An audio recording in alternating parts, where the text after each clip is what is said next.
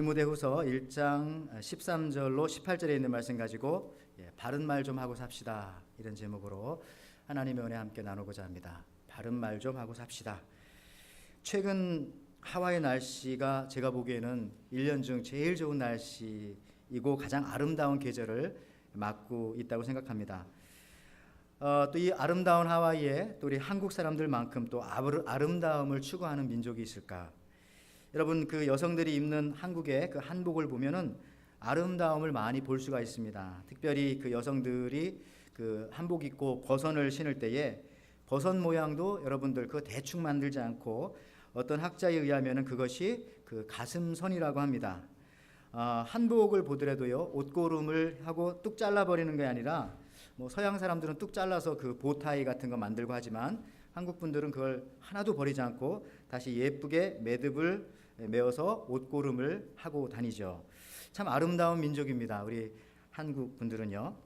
또 한국 사람들은 그 아이들한테 그 베이비톡을 가르칠 때도 뭐 도리도리 까꿍 이렇게 가르치잖아요. 왜 도리도리가 무슨 뜻이게요? 이 도리도리라고 하는 것은 중국에서 그 아이들을 가르칠 때에 썼던 책에 나오는 말인데 도리도리입니다. 도와 이치, 도와 이치를 깨달아라. 그래서 그거 하나 가르칠 때도 도리도리, 그런 식으로 우리 한국 사람들이 아주 작은 것조차도 굉장히 의미 있고 멋스럽게 사용하는 그런 민족이고 아름다운 민족입니다. 시대의 유명한 책이었던 그 로마인 이야기를 썼던 시오노 나나미가 그 책에서 그런 말을 하지 않습니까?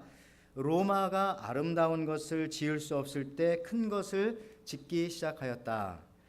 여러분, 아름다움을 추구하지 못하는 순간부터 멸망의 길을 걷기 시작합니다. 크고 웅장하고 많은 것이 중요한 것이 아니라 아름다움이 있는가 하는 것들을 우리가 항상 살펴봐야 합니다. 성공하고 실패하고가 아니라 아름다움이 있는가, 이것을 우리가 이 계절에 추수감사주의를 앞두고 살펴보길 원합니다. 또 말하는 것도요, 그 사람이 말을 잘하고 못하고 또 많이 하고 적게 하고가 중요한 것이 아니라 정말 아름다운 말을 하고 있는가 하는 것을 우리가 살펴봐야 한다는 것이죠. 하나님은 그런 의미에서 보면 예술가입니다.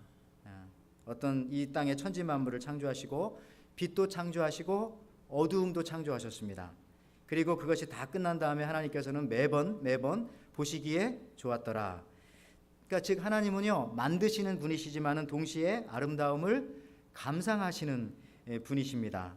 그러니까 만드시고 그 아름다움을 즐기시는 분이 하나님이시다라는 것이죠. 오늘 그 본문 디모데후서에서 보면은 바울이 마지막으로 쓴 서신인데요, 그것도 영적인 아들 디모데에게 유언처럼 남기는 짧은 말씀입니다. 자신의 영적 아들에게 바울이 마지막으로 남기고 싶었던 말이 무엇일까? 아름다움을 유지해라, 이거죠. 아름다움을 지켜라, 아름다움을 추구해라 라고 말했습니다. 여러분, 일을 다 해놓고 아름답지 않으면 안 돼요. 추하게 성공하면 안 되지 않습니까? 실패를 정의할 때 실패는 성공하지 아니해야 할 곳에서 성공하는 것이 진짜 실패다. 그래서 저는 생각하기에 목회도 아름다워야 되고 뭐 많이 모이고 크게 모이고 이름을 날리는 것이 아니라 교회도 어떤 교회가 성공하는 거냐? 결국은 아름다운 교회가 성공하는 겁니다. 건물을 중세 고딕식으로 짓고 7층, 8층 전투기 2대 값으로 강남에 어떤 교회가 지었다는데 지었다 해서 아름다운 게 아니라 정말 아름다운가? 찬양팀도 아름다운 찬양을 하는가? 성가대도 아름다운 찬양을 하는가? 잘하고 못하고는 두 번째 문제고 아름다운가? 이게 중요하거든요. 사역이 아름다워야 한다는 거죠. 자, 첫 번째, 오늘 현대 물질 문명은요, 아름다움을 많이 잃게 했습니다. 여러분, 그 캘리포니아에 사셨거나 아니면 그곳에 여행해 보신 분들은 혹시 그 허스트 캐슬이라고 하는 곳에 가보신 적이 있으실 겁니다. 언론 재벌이었던 그 윌리엄 랜돌프 허스트가 그 샌시몬이라고 하는 그곳에 지은 곳인데 태평양이 보이는 그 언덕 위에다가 저렇게 아름답게 자기 집을 지었습니다.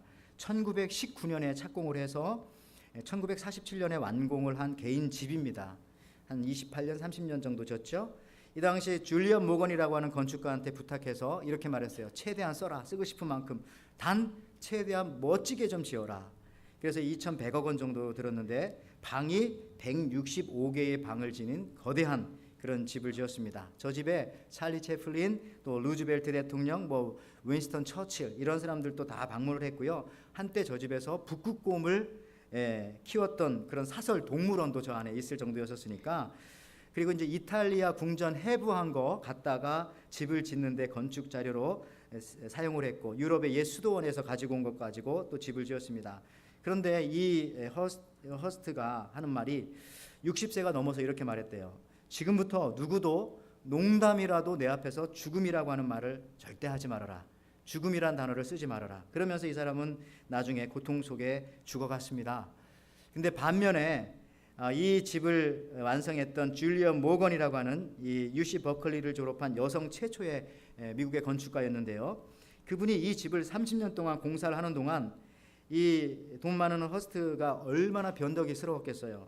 이렇게 저렇게 져라, 뭐 이쪽은 올리면 내려라, 내리면 올려라, 많은 요구를 했겠죠. 근데 그 요구를 30년 동안 들으면서 이 줄리언 모건이 이 집을, 저택을 완성시킨 분이십니다. 근데요, 이 줄리언 모건은 돈에는 욕심을 내지 않고 자기가 1년에 딱 1만 불씩만 자기가 가지고 가고, 나머지 돈은 자기 스태프들에게 골고루 다 나눠준 것으로 아주 유명한 분이십니다. 여러분, 두 사람 중 누가 진짜 아름다움을 소유한 사람이라고 여러분 생각하십니까? 허스트는 아름다운 집을 가졌어요. 진짜 아름다운 집을 가졌죠. 그러나 진정한 아름다움을 가진 사람은 줄리언 모건이라고 말할 수밖에 없습니다. 여러분, 그 추수감사절을 한 주 앞둔 오늘 본문은 이렇게 말씀하십니다. 아름다움을 지켜라. 아름다움을 아는 것이 매우 중요하다는 거죠. 왜냐하면 성경에는요, 열매 없는 나무를 불사른다라고 예수님 말씀하지 않고 아름다운 열매를 맺지 아니하는 나무마다 찍어 던진다라고 말했어요. 마태복음 7장 19절 말씀이죠. 아름다운 열매를 맺지 아니하는 나무마다 찍어 불에 던져지느니라. 여러분, 그래서 우리가요, 목숨 걸고 추구해야 할 가치가 뭐냐면은 아름다움이라는 겁니다. 그냥 열매가 아니라 아름다움, 잘하고 못하고의 문제가 아니라 아름다움과 아름답지 못한가를 우리가 먼저 살펴봐야 된다는 것이죠. 여러분, 모세가 어린 시절에 죽지 않고 살 수 있었던 그 이유 중에 하나가요, 아름다움 때문이었습니다. 히브리서 11장 23절에 보니까 믿음으로 모세가 낳았을 때에 그 부모가 아름다운 아이임을 보고 석 달 동안 숨겨 왕의 명령을 무서워하지 아니하였으며. 여러분, 그러니까 모세는요, 아름다웠기 때문에 죽지 않고 살았던 겁니다. 물론 제 자식 다 아름답죠. 근데 아름다운 아이임을 보고 특별히 죽음을 불사하고 이 아이를 숨겼다는 것입니다. 아름답지 않았다면 일찌감치 나일강의 악어밥으로 아마 모세가 던져졌을 것이죠. 그리고 이 모세가 그렇게 죽었을 텐데, 근데 또 신기한 것은요, 이 모세가 40년 동안 애굽의 궁궐에서 생활을 했고요, 또 애굽 공부를 했고, 애굽의 이집트죠, 문학과 음악과 스포츠, 전쟁 이론 이런 거 다 배웠어요. 그렇게 공부하고 나니까 아름다움이 다 사라져 버렸어요. 그래서 그가 결국 한 일이 뭐냐면은 사람을 때려 죽이는 일을 했습니다. 40년 공부하고 나서 그 로얄 그 학습을 하고 난 다음에 출애굽기 2장 12절에 보니까요, 좌우를 살펴 사람이 없음을 보고 그 애굽 사람을 쳐 죽여 모래 속에 감추니라. 여러분, 결국 그의 아름다움이 다 사라지고 나니까 죽이고 숨기고 거짓말하고 하는 그 열매를 맺게 되었다는 것이죠. 누구나 다 열매를 맺습니다. 그런데 분명 어떤 사람은 아름다운 열매를 맺고 어떤 사람들은 아름답지 못한 열매. 열매가 어쨌든 그 나무의 마지막 결실이고 끝인데 그것이 아름다워야 다 아름다운 것이죠. 두 번째 보니까요, 그러면 무엇이 아름다운가? 오늘 13절에 이렇게 말씀하십니다. 디모데후서 1장 13절에 너는 그리스도 예수 안에 있는 믿음과 사랑으로서 내게 들은 바 바른 말을 본받아 지키고. 아름다움이 무엇이냐? 참 어려운 질문이에요. 아름다움이 무엇인가? 미스 코리아 대회에 나가면은요, 진선미라고 하지 않습니까? 근데 이상하지 않아요? 미인대회에서 첫 번째가 미가 돼야 되고, 뭐 두 번째가 진, 세 번째가 선, 뭐 이런 식으로 하면 좋은데 왜 진선 미 3등을 맨 마지막에 놓았을까? 왜 그랬을까요? 저는 이렇게 생각합니다. 1등은 진선 미를 다 가지고 있는 사람이고 2등 선은 선과 미를 가진 사람이고 3등 미는 미만 있는 사람일 가능성이 있다. 그러니까 어쨌든 이게 여러분 맞는 건지 모르겠지만 제가 말하고자 하는 것은 이 아름다움에 대한 정의는 어쨌든 복잡하다는 건데, 오늘 성경을 읽으면은 아름다움에 대한 정의를 의외로 바울이 유언처럼 남기는 마지막 메시지여서 그런지 모르겠지만 간단하고 쉽게 말합니다. 그의 아름다움은 무엇으로 나타나냐 하면은 말로 나타난다라는 것이죠. 말로. 여러분, 우리가 화장품 좋게 바르고 피부가 좋다고 해서 아름다운 것은 아니에요. 그런 사람이 나쁜 말 하면 더 무섭고 더 추하게 보이고요.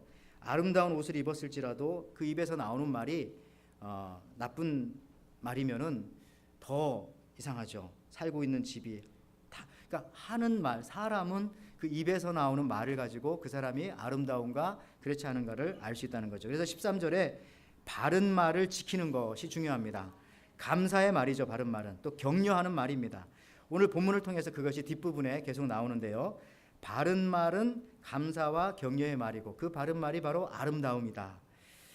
작고한 그 안병욱 교수의 그 에세이집 산에 보면은 여러 가지 말이 나오는데, 거기 이제 기억 남는 것 중에 하나가 이 설교자가 설교를 잘하려면은 최소한 에세이집 1000권 정도는 읽어야 된다, 그런 말을 했고, 또 뭐 그 모든 설교나 뭐 이렇게 연설이나 이런 거 할 때에 그 야마가 있어야 된다. 야마가 산이라고 하다, 일본 말로요. 그래서 그 산봉우리가, 산맥이 있으면 산봉우리가 있는 것처럼 높고 낮음이 있어야 되고, 그 다음에 뭐 이렇게 연결이 잘 되어야 그게 참 훌륭한 것이다, 그렇게 말하는데, 이 안병욱 교수와 친했던 수필가였던 그 유한진 씨가 이 안병욱 교수의 글들을 많이 인용했는데요. 그 중에 나오는 이야기입니다. 이 안병욱 교수가 특이하게도 이분은 가는 곳마다 종업원들이 나타나서 유별나게 잘 대접해준대, 이 안병욱 교수를. 그래서 궁금하여서 그 이유를 물었다는 거죠. 극진히 대접받는 이유가 무엇인가. 근데 그 이유가 있었어요. 다음과 같습니다. 식당에 일단 가면은요, 자기한테 잘해주었던 종업원의 이름을 꼭 물어본대요. 꼭. 그래서 그 이름을 기억했다가 다음에 가면은 주인을 불러서, 주인을, 매니저를 나오라고 해서 그분한테 그 웨이터의 이름을 대면서 그분이 나를 좀 꼭 서빙해 줬으면 좋겠다라고 그렇게 말하면은요, 주인도 좋아하고 그 다음에 이름 불려 나온 그 웨이터는요 너무 좋아가지고 막 죽기 살기로 헌신하며 서빙을 해준다는 거죠. 감사와 격려입니다. 상상해보면 그렇지 않겠습니까? 예. VIP 대접을 받는 거죠. 격려는 이렇게 위력이 있어요. 특히 칭찬과 격려는요, 남성에게 있어서는, 남자에게 있어서는 제가 볼 때 마약과 같은 것 같아요. 그래서 여자들이 남자를 조금만 칭찬해주면 막 목숨 걸고 충성한다는 겁니다.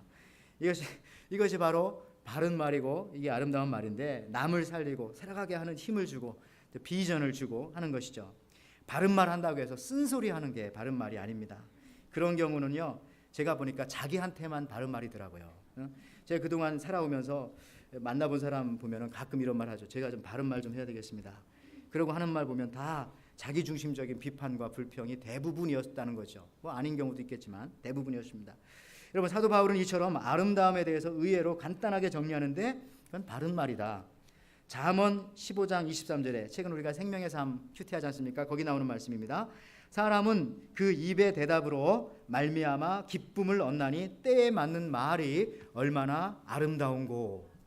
여러분, 오네시모처럼, 오늘 이제 오네시모 부로가 나오는데, 오네시모 부로처럼 남을 칭찬하고 외로울 때 격려해 주는 것이, 이것이 또한 복음의 열매인데, 이제 그걸 살펴보자는 거죠. 디모데후서 오늘 1장 14절 말씀 보세요. 자, 우리 안에 거하시는 성령으로 말미암아 내게 부탁한 아름다운 것을 지키라. 그 앞절에는 바른 말을 지키라. 아름다운 것을 지키라. 여러분, 아름다움은요, 지키지 못하면은 잃게 됩니다. 그러면 이 아름다움을 어떻게 지킬 수 있을까? 오늘 본문에 자세히 나와 있습니다. 오늘 본문을 이해하기 위해서요, 아름다움을 지킨 사람 한 사람을 오늘 사도 바울은 실명으로 그 사람 이름을 드는데, 그 사람 이름이 누구냐면은 오네시보로라고 하는 사람입니다. 16절 말씀이죠. 디모데후서 1장 16절 말씀에, 원컨대 주께서 오네시보로의 집에 긍휼을 베푸시옵소서. 저가 나를 자주 유쾌케 하고 나의 사실매인 것을 부끄러워 아니하여, 이렇게 말씀하는데요. 오늘 성경 보면 참 특이한 것이요, 오네시보로라고 말하지 않고 그 뒤에 집이라고 하는 말을 또 붙이죠. 오네시브로의 집에. 왜 성경은 이 집이라는 말을 붙였을까? 이유는요, 오네시브로가 이미 순교하고 이미 죽었기 때문에 그렇습니다. 그러니까 그 집과 그 후손들에게 지금 축복을 하는 겁니다. 그러면서 이 오네시브로가 바울이 에베소에 있을 때에 섬겨 주었고, 그리고 로마 감옥에 있을 때에 그는 사도 바울을 부지런히 찾아가서 만나 주었던 사람이라는 거죠. 오늘 디모데후서 1장 17절에요. 로마에 있을 때에 나를 부지런히 찾아 만났느니라. 여러분, 신방이라고 하는 단어가 여기서 나왔습니다. 부지런히 찾아 만난다. 근데 이처럼 신방하고 섬겨줄 때에 어떤 모습으로 그의 아름다움을 표현했을까? 나를 자주 유쾌하게 하고, 그러니까 격려하고 나를 부끄러워하지 않았다. 나를 자주 찾아와 주는 그 모습이 감옥에 있었거든요. 나를 부끄럽게 여기지 않은 모습으로 나타내 보여줬다는 거죠. 여러분, 아름다운 사람은요, 다른 사람을 유쾌하게 말해주며 어려움에 처한 사람들을 격려하는 말을 함으로써 그 사람을 부끄럽지 않게 하는 것입니다. 하나님은 아름다운 일을 하기 위해서 우리한테 대단한 것을 요구하지 않습니다. 그저 우리에게 부탁하신 것은 자주 찾아가서 감사의 말을, 격려하는 말을 통해서 내게 있는 것을, 아름다운 것을 지켜라. 그리고 그 아름다운 것을 전해주어라. 여러분, 추수감사주일이 다음 주인데 이 추수감사주일에 하나님 앞에도 감사해야 되겠지만은 여러분에게 그동안 감사해 줬던 사람들 찾아가면 더욱더 좋고요. 못 찾아가면 전화로, 목소리로라도 아니면 편지라도 여러분들 감사를 전해보십시오. 그러면 아까 안병욱 교수가 그렇게 했던 것처럼 아마 여러분들한테 뭔가 다시 돌아올 겁니다. 자, 1492년 콜럼버스가요, 아메리카를 발견한 이후에 서쪽에 대륙이 있다는 것을 사람들은 알고 있었어요. 근데 많은 탐험가들이 비슷한 지도를 그렸는데 윤곽을 비슷하게 그렸어요. 근데 동부에서 중부까지는 그렸는데 그 중부에서 서부까지는 잘 그리지 않고 거기다가는 뭘 그렸는가 하면 굉장히 미신적으로 그렸는데요. 아직 미개척 지역이었기 때문에 거기다 용을 그리고 뱀을 그리고 해골 같은 거를 그 지도에 그려 넣었어요. 그러니까 그림 자체가 아름답지 못해서 그런지 그 지도를 보고 서쪽으로 가고 싶은 사람들이 아무도 없었나 봐요. 그러니까 설령 가더라도 빨리 가서 금이나 캐가지고 빨리 돌아오고 이렇게 했다는 거죠. 그런데 이 젠 플랭클린이라고 하는 이 분이요, 지도를 다 고쳐버렸어요. 어떻게 고쳤는가 하면 지도에서 뱀을 빼고 용을 빼고 뭐 이런 걸 빼고 거기다가 글씨를 드림랜드라고 이렇게 크게 그 서쪽에다가 딱 써붙였죠. 그랬더니 이 사람의 지도를 보고 그쪽으로 가야 되겠다라고 하는 꿈을 꾼 사람들이 누구냐면은 그 당시 유럽에 살던 청교도들이었습니다. 그래서 그 지도를 보고 미국으로 건너왔고, 미국으로 건너온 다음에 또 서쪽으로 이제 가게 되었다라는 거죠. 아름다움은 이런 겁니다. 아름다움은요, 추구하게 되어 있어요. 그걸 좋아하게 되어 있어요.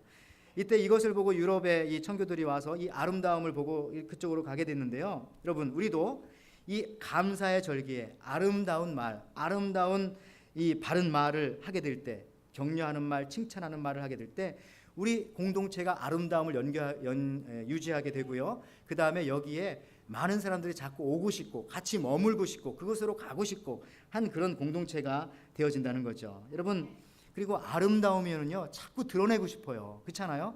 여러분, 아름다운 걸 숨기고 싶은 사람이 있어요? 항상 아름다운 것을 막 드러내잖아요. 자기가 스스로 아름답다고 생각할 때 어떤 사람은 자꾸 그냥 이렇게 왜 금반지, 다이아몬드 반지 껴서, 또 어떤 사람들은 막 금시계 차고 와서 자꾸 흔들어보고 가는데 보여주고 싶은 거, 그런 것처럼.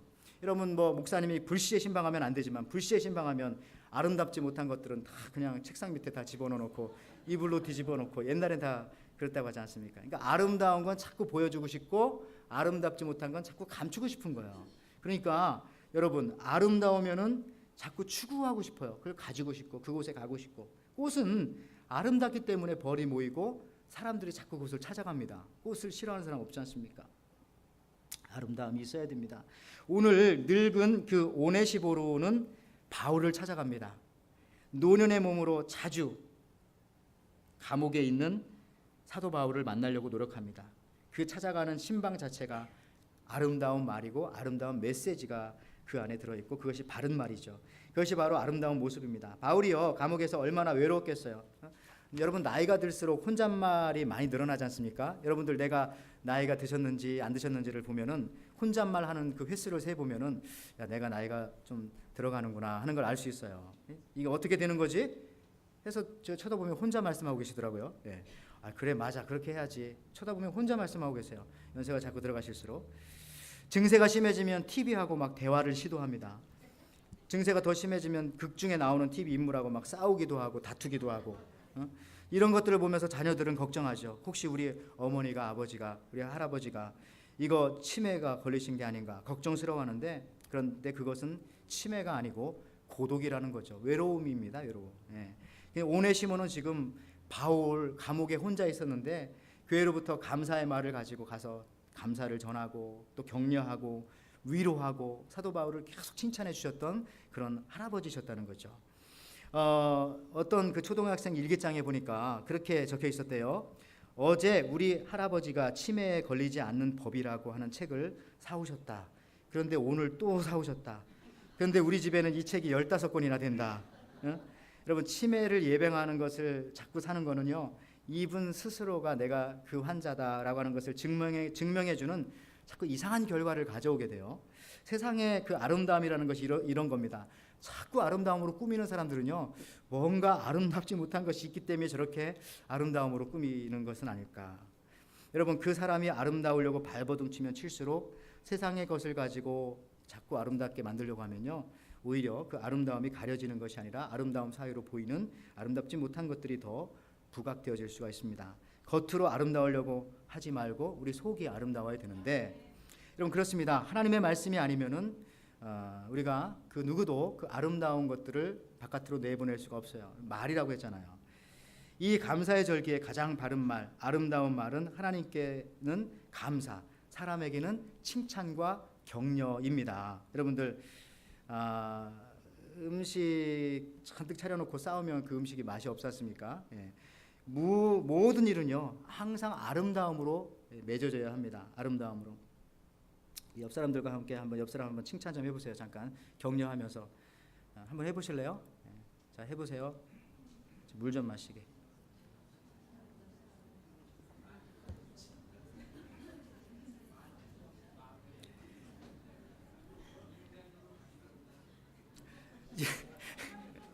예, 인간으로는 최고입니다. 뭐 이런 말씀하시네. 예, 자, 여러분, 됐습니다. 여러분, 그렇습니다. 우리가요, 특히 우리 성도들은요, 열매 맺는 것이 중요한 것이 아니라, 무조건 열매 맺는 것이 중요한 것이 아니라, 하나님이 볼 때에도, 나아가서 사람이 볼 때에도 아름다운 입술의 열매, 아름다운 열매를 맺어야 합니다. 큰 것이 중요한 게 아니라 바르고 아름다운 것이 우리 크리스찬들의 목표라는 것이죠. 여러분들, 그래서 이스라엘 백성들에게도요, 하나님은요, 늘 가나안 땅을, 약속의 땅, 그 최종 도착지의 땅을 아름다운 땅이라고 그렇게 말씀을 해주셨어요. 여러분, 그 가나안 땅이 사실 이집트 땅과 비교해 보면은 아름답지도 않고 크지도 않습니다. 어떻게 보면 좀 초라할 수도 있어요. 그런데 그 땅을 아름다운 땅이라고 했고, 그 아름다움을 본 사람들이 그 땅에 들어가고자 했습니다. 신명기 3장 25절 말씀 보시면은요, 자, 구하옵나니 나를 건너가게 하사 요단 저쪽에 있는 아름다운 땅, 아름다운 산과 레바논을 보게 하옵소서 하되, 여러분, 그곳의 아름다움을 보니까 자꾸 가고 싶은 겁니다. 여러분도 지금 배우자가 된 것은 남편과 아내의 모든 것이 다 좋아서 지금 배우자가 된 게 아니잖아요. 그렇죠? 어느 한 가지가 아름답게 보였던 것 뿐이에요. 뭐 눈이 이뻤든지 코가 예뻤든지 눈썹이 이뻤든지, 아니면 어떤 사람은 그거 이것저것 안 되니까 그냥 뒷모습이 그냥 예뻤든지, 아니면 어떤 사람은 뭐 손가락이 뭐 이렇게 새끼손가락이 구부러진 것이 뭐 예뻤든지, 뭐 박정희 대통령, 그 유경수 여사도 그랬다면서요. 박정희 대통령의 군화를 매는 뒷모습이 좋아서 나는 그 남자랑 결혼하기로 했다. 뭐 이런 것처럼 다 좋은 게 아니라 한 가지가 아름다워 보이기 때문에 자꾸 그 사람을 갖고 싶은 것이고 그 사람과 함께 하는 건데, 아름다움을 본 거죠. 아름다움을. 자, 민수기 14장 7절 말씀에도요, 이스라엘 자손의 온 회중에게 말하여 이르되 우리가 두루 다니며 정탐한 땅은 심히 아름다운 땅이라. 그래서 그 땅의 아름다움을 본 두 사람, 여호수아와 갈렙만이 그 아름다운 땅에 다시 들어가게 되는 것입니다. 아름다움을 보면 그곳에 가고 싶어요. 아름다운 사람을 만나면 그 사람과 자꾸 함께 있고 싶어져요. 베드로전서 2장 9절 말씀에도요, 아주 중요한 말씀인데, 그러나 너희는 택하신 족속이요 왕같은 제사장들이요 거룩한 나라요 그의 소유된 백성이니 이는 너희를 어두운 데서 불러 내어 그의 기이한 빛에 들어가게 하신 이의 아름다운 덕을 선포하게 하려 하심이라. 선포는 말이잖아요. 어쨌든 아름다운 덕을 선포하게 하려 하심이라. 우리를 구원하신 이유도 마찬가지입니다. 아름다움을 입술로 전하게 하기 위해서 우리를 불러주셨다라고 하는 말씀입니다. 이제 말씀을 마치겠습니다. 그 경북대 박찬석 총장님이 계십니다. 국회의원도 지냈고요. 또 이분이 우리와 또 인연이 되는 것은 여기 하와이 대학에서 지리학으로 박사학위를 받고 경북대 교수로 또 총장으로 가게 되셨는데, 그의 글을 좀 인용하겠습니다. 그는 이렇게 말합니다. 나의 고향은 시골이다. 산청입니다. 아버지는 나를 대구 중학교에 보냈고 68명 중 68등, 나는 그 성적을 가지고 고향에 가서 도저히 아버지께 내밀 수가 없었다. 아버지는 가난한 소장농이셨다. 아버지를 떠올리다가 그래 68자를 일자로 고쳐 보여드리자라고 말하면서 그렇게 보여드렸어요. 왜? 아버지는 초등학교도 못 나오셨기 때문에 1등을 잘 볼 수 없다라고 생각했기 때문에 그랬다. 아버지 친구들이 와서 아들이 1등을 낳았으니까 한턱을 내라고 했다. 그 다음날 내가 장에 갔다 와보니까 아버지는 우리 집 재산 제1호인 돼지를 잡아서 온 마을 잔치를 벌이고 계셨다. 그때 나는 아버지, 그것이 나에게 아주 충격적인 사건이었다. 그로부터 17년이 지난 후 나는 대학교의 교수가 되었고, 그리고 어느 날 34년 전의 일을 용서받기 위하여 그때 일을 생각하며 아버지에게, 아버지 저 중학교 1학년 때 1등은, 그랬더니 아버지가 하는 말이 그만해라, 자식들 앞에서 민우가 듣는다. 나는 아직도 아버지의 마음을 알 수가 없다. 저는 알겠는데, 그죠? 여러분도 아시죠? 여러분, 자식을 사랑하는 마음이 그에게 가장 바른 말, 아름다운 말을 한 겁니다. 거짓말도 아름다울 때가 있네요. 보이지 않게 아들을 격려하고 칭찬하는 말을 해준 것입니다.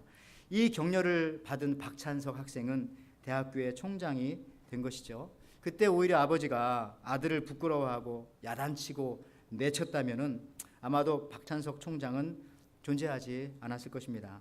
우리 하나님 아버지도 우리가 잘한 거 하나도 없어도 그저 당신의 아들이기 때문에 우리를 격려하시고 사랑하십니다. 알고도 속아주실 때가 많습니다. 그 속에 아름다움이 있고 그 속에 바름이 있기 때문에 그렇습니다. 여러분, 말씀 마치면서 이와 같은 사랑을 받은 우리도 바른 말 좀 하고 삽시다. 바른 말이 뭐라고요? 쓴소리가 아니라 사도 바울과 같이 감사하는 말, 그리고 오네시모와 같이 가서 신방하고 위로하고 격려하는 말, 이것이 바로 바른 말이고 아름다운 말입니다. 추수감사 주일이 다음 주입니다. 다음 주가 오기 전에 하나님 앞에 감사하는 것은 당연하거니와 그동안 나에게 베풀어 주었던 또 사랑과 은혜를 주었던 분들에게, 믿는 분이건 안 믿는 분이건 그분들한테도 우리가 칭찬과 격려와 또 감사를 전할 수 있으면은 그걸 통해서 하나님의 은혜와 사랑이 전달되어 줄 믿습니다. 아름다운 열매를 맺으시는 이 추수의 절기에 저와 여러분이 되시기를 주님의 이름으로 축원을 드립니다. 아멘.